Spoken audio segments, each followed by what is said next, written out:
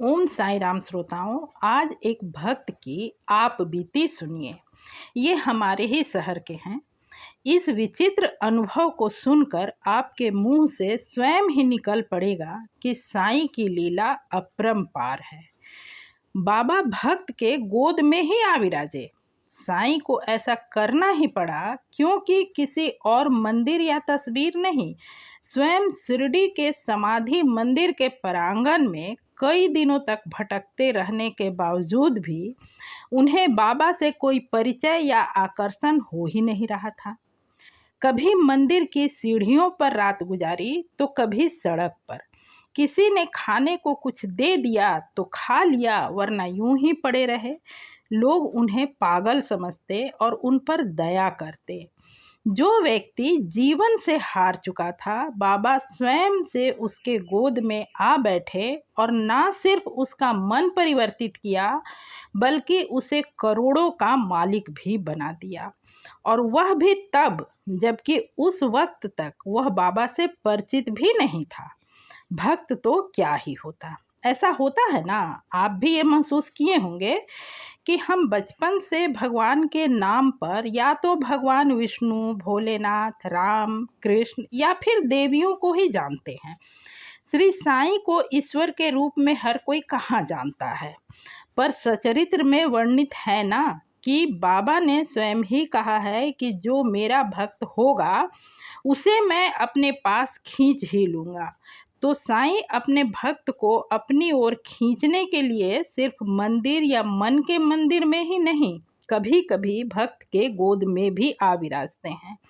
ऐसा ही एक भक्त की विचित्र अनुभव सुनिए।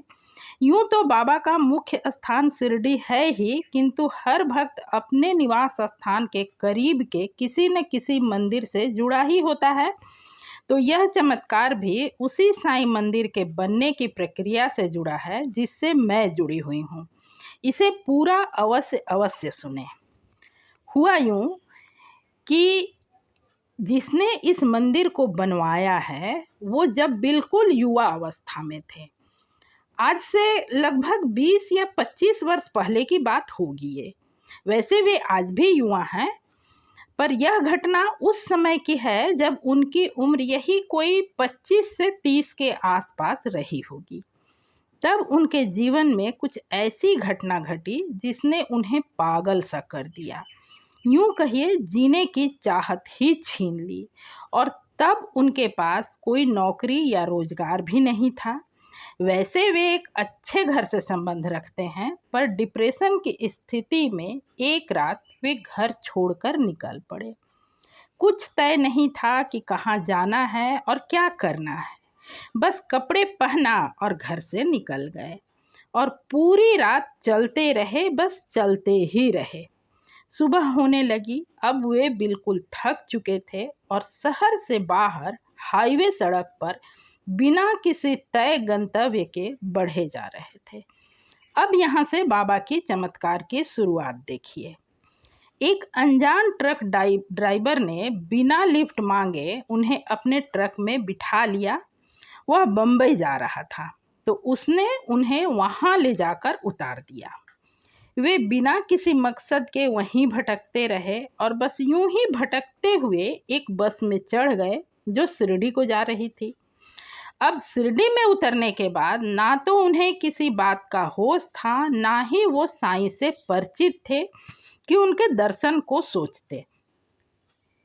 सो उन्होंने मंदिर के अंदर कभी प्रवेश नहीं किया, बस समाधि मंदिर के आसपास भटकते रहे। कभी मंदिर की सीढ़ियों पर रात गुजारी तो कभी सड़क पर। किसी ने कुछ खाने को दे दिया तो खा लिया, वरना यूं ही पड़े रहे। लोग उन्हें पागल समझते और उन पर दया करते। उन्हें कुछ याद नहीं कि बाबा के दर पर कितने दिनों वे ऐसे ही पड़े रहे। एक दिन जब समाधि मंदिर के आसपास की गलियों में यूं ही निर्निमेष से भटक रहे थे कि एक दुकान में रखे बाबा की मूर्त को देख ऐसे आकर्षित हुए कि उनके मन में उस वक्त बस एक ही ख्याल आया कि यह मूर्ति मुझे खरीदनी है। उन्होंने मूर्ति के दाम पूछे तो दुकान वाला पहले तो उन्हें वहां से भगाने लगा, पर जब उनके सभ्य शालीन बातों से वह कुछ प्रभावित हुआ तो उसने मूर्ति की कीमत बताई।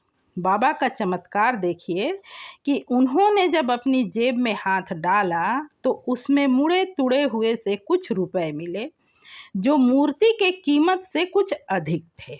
उन्होंने कीमत अदा की और जैसे कोई बच्चा अपने मनपसंद खिलौने को झपट कर उठाता है, बस वैसे ही मूर्ति को गोद में उठा लिया। मूर्ति के गोद में आते ही उन्हें अपना शहर, अपना घर, सब कुछ याद आने लगा और लौटने की तीव्र उत्कंठा होने लगी। अब जब उन्होंने अपने जेब में हाथ डाला तो उतने ही रुपए शेष थे जितने कि वहां से अपने शहर लौटने की टिकट के लिए चाहिए थे। श्रोताओं, जब साईं कृपा करे तो सब कुछ संभव हो जाता है। उन्हें ना सिर्फ उसी रात की टिकट मिली बल्कि कन्फर्म सीट भी मिल गई। अभी भी एक समस्या थी। शिरडी से हमारे शहर तक के सफ़र में लगभग 24 घंटे का समय लगता है और यदि ट्रेन लेट हुई तो अधिक भी लग सकता है। अब इतना लंबा सफ़र भूखे पेट रहकर करना कठिन था। पर यह कैसे संभव है कि साईं जिस पर कृपा करे वह भूखा रह जाए? अब उनके खाने पीने की व्यवस्था साईं ने कैसे की वह भी सुनिए। इनके आसपास वाले सीट पर जो लोग सफ़र कर रहे थे वे भी हमारे ही शहर के एक साईं भक्त मंडली के लोग हैं। मैं उस मंदिर भी कभी कभार जाती रहती हूँ। उस मंदिर के संस्थापक 2-3 लोगों के साथ ऐसे भक्त जो शिरडी जाना चाहते हैं पर किसी कारणवश जा नहीं पाते, उनको लेकर वर्ष में एक बार शिरडी दर्शन को जाते हैं। बस फिर क्या था, उन्होंने जब इनके हाथ में बाबा की मूर्ति देखी तो बिना कुछ कहे ही ये उस साईं परिवार के सदस्य हो गए और सुखपूर्वक अपने घर पहुंच गए। समस्या अब भी खत्म नहीं हुई थी। ना तो उनका परिवार साईं भक्त था, ना ही वह मूर्ति इतनी छोटी थी कि बस उसे यूं ही एक कोने में पड़ा रहने दिया जाए। श्रोताओं, बाबा यूं भी बैठे रहने के लिए तो आए नहीं थे, उन्हें तो अभी और भी चमत्कार करने थे। तो हुआ यूं कि उनके पिता ने कभी एक बड़ी सी प्लॉट खरीद कर यूं ही छोड़ रखा था। उस पर कोई कंस्ट्रक्शन वगैरह नहीं थी। उन्होंने उसी जमीन के एक कोने में एक छोटा सा कमरा नुमा बना, उसके ऊपर टीन का छप्पर डाल, उसमें बाबा की मूर्ति रख सुबह शाम थोड़ी बहुत धूप अगरबत्ती जलानी शुरू की। थोड़े ही दिनों में आसपास के लोग भी बाबा के दर्शन और पूजन को आने लगे। कुछ दिनों के बाद उन्होंने उसी जमीन पर फर्नीचर बनाने का काम शुरू किया। थोड़े समय में धंधा इतना अच्छा चला कि वह दुकान ना सिर्फ फर्नीचर फैक्ट्री के रूप में परिवर्तित हुई, बल्कि आज उस स्थान पर आलीशान बिल्डिंग खड़ा है जिसमें कई दुकानें और डिपार्टमेंट स्टोर खुले हुए हैं। तहखाने में उनकी फैक्ट्री आज भी चल रही है, जिसका शोरूम शहर के अन्य कई स्थानों पर भी है। एक आश्चर्य और, अब बाबा ने जब उन्हें इतनी तरक्की दी तो बाबा का वह मंदिर भी टीन के छप्पर वाला तो नहीं रहता। तो जब उस मंदिर के जीर्णोद्धार के लिए बाबा को कुछ समय के लिए वहां से हटाना पड़ा, वैसे उस वक्त उन्होंने अपने ऑफिस में बाबा की पूजा अर्चना की व्यवस्था की थी। खैर, बात ये नहीं कि बाबा कहाँ रहे, बल्कि मैं तो ये बताना चाह रही हूँ कि वो बाबा को जब वहाँ से उठाकर दूसरी जगह रखा गया और मंदिर के बन जाने के बाद पूजा पाठ और बाजे गाजे के साथ उन्हें फिर से उनके मंदिर में विराजित किया गया, दोनों ही बार हम पति पत्नी वहाँ मौजूद थे। बाबा की उसी मूर्ति को उठाने में 4-5 लोग लगे।